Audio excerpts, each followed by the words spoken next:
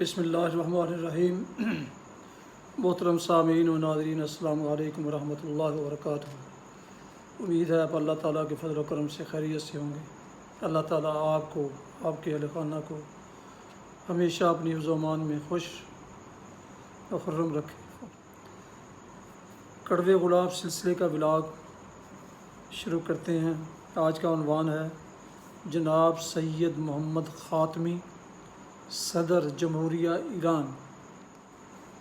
جب بھی کبھی میں عزت مآب سید محمد خاتمی کی اخبار میں فوٹو یا انہیں ٹی وی پر دیکھتا ہوں تو ان کی من موہنی ہنستی مسکراتی شخصیت سے ہر بار پہلے سے زیادہ متاثر ہوئے بغیر نہیں رہ سکتا، اور جب کبھی ٹی وی پر ان کو سننے کا موقع ملتا ہے تو یوں لگتا ہے کہ کوئی گلفام شہزادہ باتیں نہیں موتی بکھیر رہا ہے۔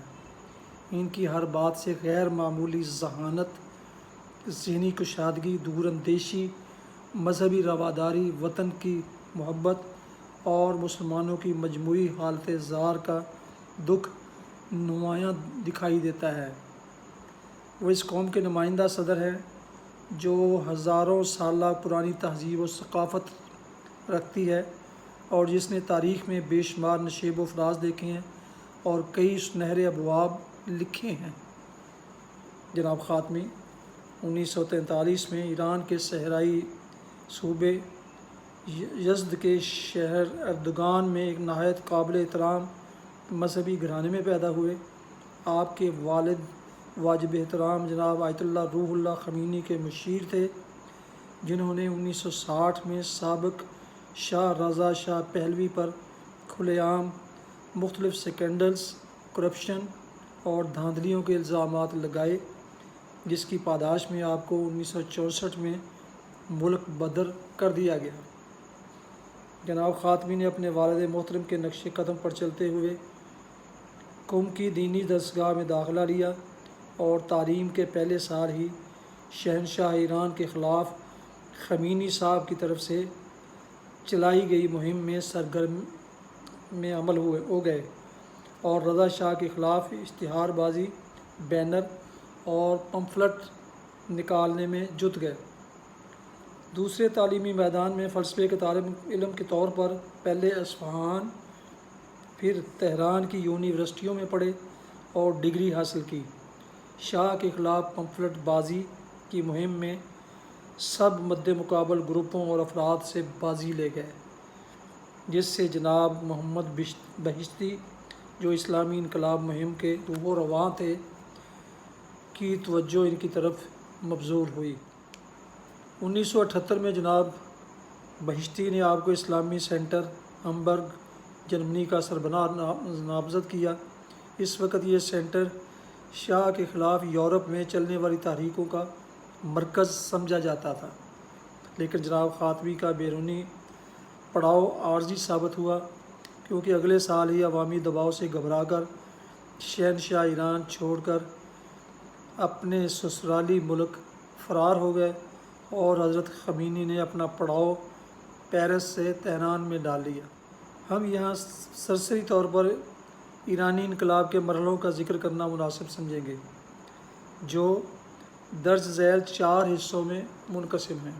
نمبر 1، ملک میں موجود طاغوتی طاقتوں جو مضبوط حکومتی مشینری کے زور پر سیاہ و سفید کے مالک تھے، کے خلاف عوامی رائے کو ہموار کرنا، جو کہ 1977 سے 1978 تک تھا، جبکہ سرکاری ذرائع ابلاغ پر حکومتی کنٹرول تھا، لہٰذا مقصد کے حصول کے لیے کیسٹیں اسمگل کی جاتی اور حکومت کے خلاف خفیہ پمفلٹ بازی کی جاتی۔ نمبر 2، مقاصد کے حصول کے لیے عوامی رائے کو بیدار کر کے سرکاری نظام کے خلاف اکسانا۔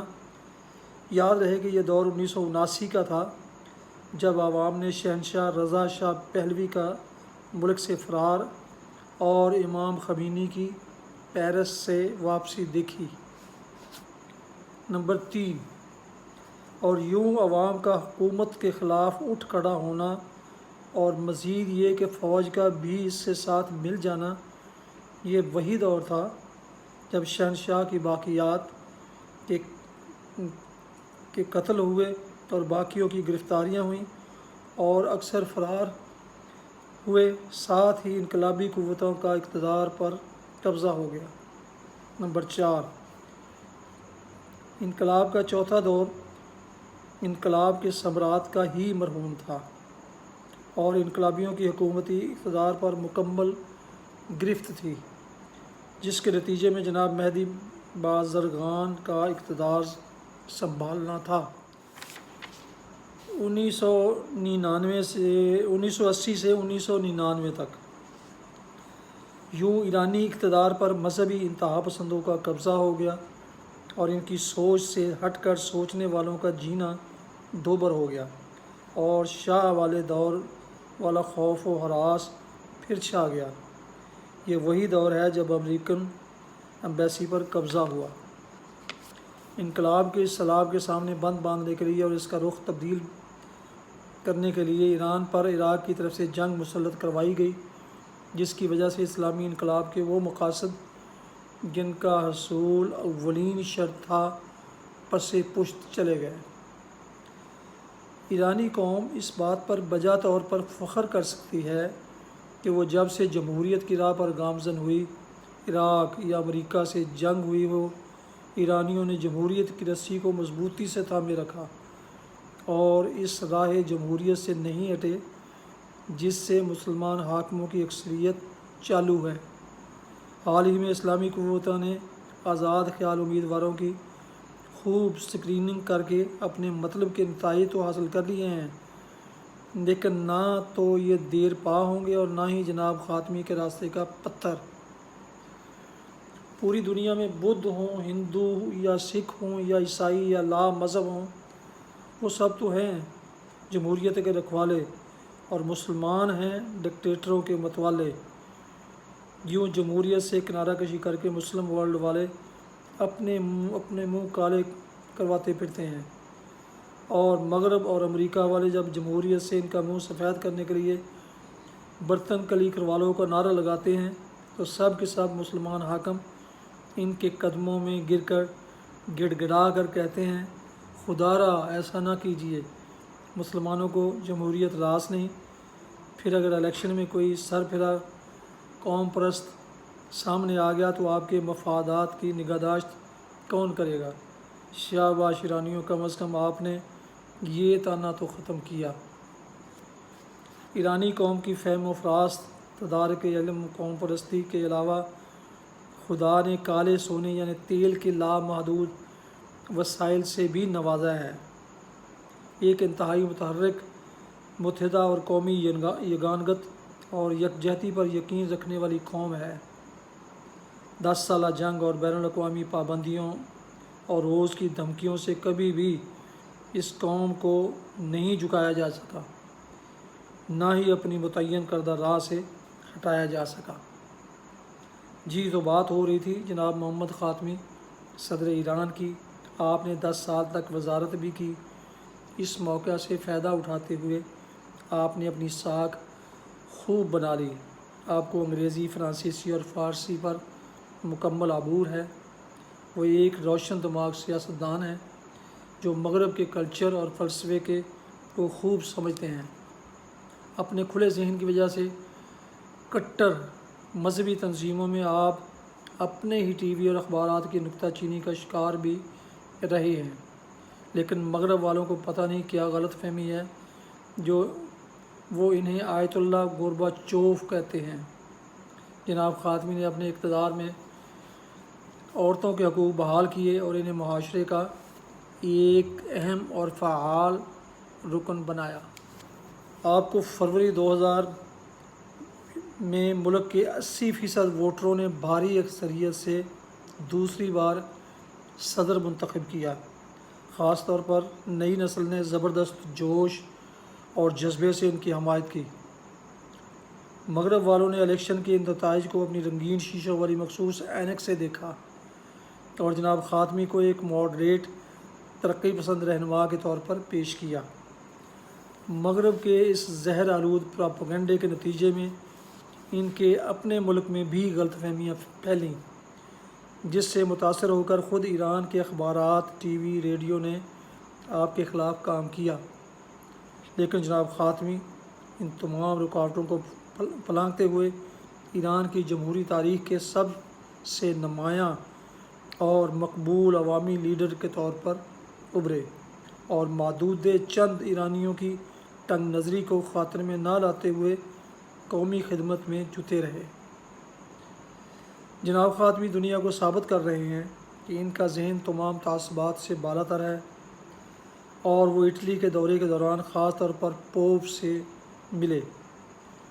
مسلم برادرہڈ کی اس سے بڑھ کر اعلیٰ مثال کیا ہوگی کہ عراق، جس نے ایران پر 10 سال جنگ مسلط رکھی، جب اس کا وقت آیا تو نہ صرف اس کے لٹے پٹے مہاجروں کو پناہ دی اور صرف اصولوں کی پاسداری کے لیے مالی مفادات اور امریکہ سے صلح کے مواقعوں کو پس پشت ڈال کر امریکہ سے مزید دشمنی مول لے لی، آج بھی بیگانے کم اور اپنے زیادہ ان کے لیے مشکلات پیدا کر رہے ہیں۔ امریکہ اور یورپ کچھ مطالبہ کر رہے ہیں، عورتوں پر نوبل پرائز تک نشاور کر رہے ہیں، اور گھر والے ہیں کہ ان کے اقتدار اور ان کی جان کے بیری بنے ہوئے ہیں۔ جناب خاتمی نے ثابت کیا کہ دنیاوی مفادات تاریخ میں پائے جانے والے مقام سے اہم نہیں۔ شاباش جناب خاتمی۔ اس موقع پر ہم جناب خاتمی کی توجہ پاکستان ایران تعلقات کی طرف مبذول کروائیں گے، تاکہ وہ پاکستان اور ایران کے تاریخی برادرانہ رشتے پھر استوار کرنے پر توجہ دے، جو دشمنوں کی ریشہ دوانیوں اور تعصب کی وجہ سے دراڑ کا شکار ہیں۔ تو محترم سامعین و ناظرین کرام، یہ تھا آج کا کڑوے گلاب سلسلے کا ولاگ، جس کا عنوان تھا جناب سید محمد خاتمی صدر جمہوریہ ایران۔ یہ مضمون جناب محمد سلیم بٹ کی تصنیف کڑوے گلاب سے لیا گیا ہے۔ محمد سلیم بٹ صاحب کڑوے گلاب کے علاوہ 5 اور کتابوں کے مصنف بھی ہیں، اور اس کے علاوہ بھی ابھی تک ان کا یہ تحریر کا سلسلہ جاری ہے، اور ہفتہ وار کالم ایک معروف اخبار میں لکھتے ہیں، جو یہ خاکسار ایک ویڈیو کی شکل میں آپ کی خدمت میں پیش کرتا رہتا ہے۔ تو گزارش ہے کہ جن دوستوں نے ابھی تک اس یوٹیوب چینل